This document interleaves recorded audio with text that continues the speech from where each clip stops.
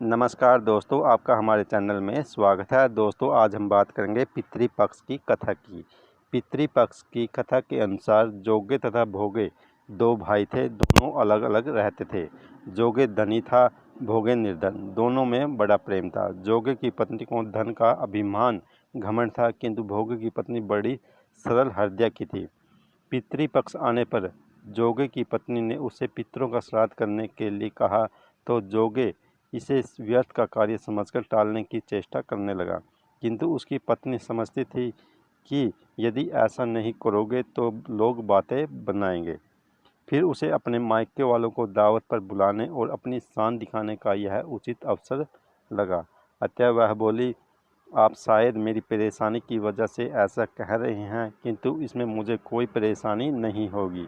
मैं भोगे की पत्नी को बुला लूँगी, दोनों मिलकर सारा काम कर लेंगी। फिर उसने जोगे को अपने पीहर न्योता देने के लिए भेज दिया।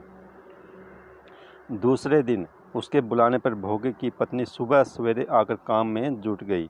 उसने रसोई तैयार की, अनेक पकवान बनाए, फिर सभी काम निपटाकर अपने घर आ गई। आखिर उसे भी तो पितरों का श्राद्ध तर्पण करना था। इस अवसर पर न जोगी की पत्नी ने उसे रोका, न वह रुकी। शीघ्र ही दोपहर हो गई। पितर भूमि पर उतरे। जोगे भोगे के पितर पहले जोगे के यहाँ गए तो क्या देखते हैं कि उसके ससुराल वाले वहाँ भोजन पर जुट गए हैं। निराश होकर वे भोग के यहाँ गए। वहाँ क्या देखा, मात्र पितरों के नाम पर अगियारी दे दी गई थी। पितरों ने उसकी राख चाटी और भूखे ही नदी के तट पर जा पहुँचे। थोड़ी देर में सारे पितर इकट्ठे हो गए और अपने अपने यहाँ के श्राद्धों की बढ़ाई करने लगे। जोगे भोगे के पितरों ने अपनी आप बीती सुनाई। फिर वे सोचने लगे, अगर भोगे समर्थ होता तो शायद उन्हें भूखा न रहना पड़ता, मगर भोगे के घर में तो 2 जून की रोटी भी खाने को नहीं थी। यह सब सोचकर उन्हें भोगे पर दया आ गई।